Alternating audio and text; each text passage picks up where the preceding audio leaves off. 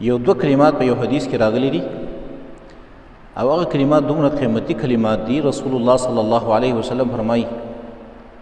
څوک چې د شپې تهجد ته نشي راپاڅېدلی یا یو سړی داسې دی بخیل دی خرچه نشي کولی د الله په لاره کې صدقې نشي ورکولی نو دغه دوه کلمات د هغې دپاره کافي کېږي د قیام اللیل نه د شپې د تهجدو نه وله کافي کېږي دارنګې د صدقې کولو نه وله کافي کېږي. او رسول الله صلی الله علیه وسلم فرمایي دغه دوه کلمات ویل د سرو زرو د غر نه د الله په لاره کې د خرچه کولو نه بهتره دي. یعنې دغه دوه کلمات چې څوک وایي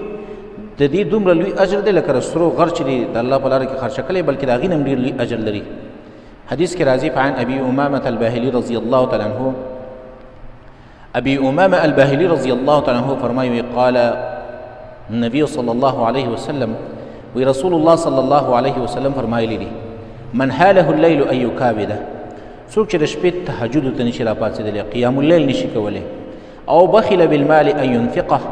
یا بخیل د مال خرچه نشي کولی او جبن عن العدو ان يقاتله یا بزدل دی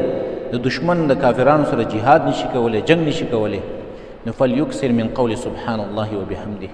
رسول الله صلی الله علیه وسلم فرمایي دا سړی دی سبحان الله وبحمده ډېر ډېر وایي ولې فإنها أحب إلى الله عز وجل من جبل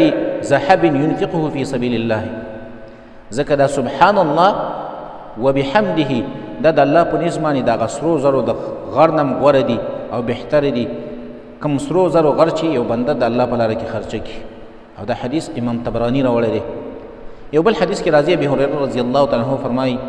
وی رسول الله صلی الله علیه وسلم فرمایلی دي من قال سبحان الله وبحمده څوک چې سبحان الله وبحمده اووی فی یوم 100 مره په ورځ کې 100 کرته نو حتت عنه خطایاه د دې بنده نه دا ګناهونه ورجېږي وان كانت مثل زبد البحر اگر که د دا ګناهونه د دریاب د زګ دومره ولې نه دي 100 کرتې سبحان الله وبحمده دا چې د ورځې وي نو ستانه به دومره ګناهونه رجېږي لکه د دریاب د زګ دومره ولې نه نو موږ او تاسو له پکار دی سبحان الله وبحمده لږ معمولي ټیم پې لګي په 100 کرته ویلو باندې چې موږ او تاسو روزانه او که بهتره دا ده چې سهار او ماښام موږ 100 کرته سبحان الله وبحمده وایو.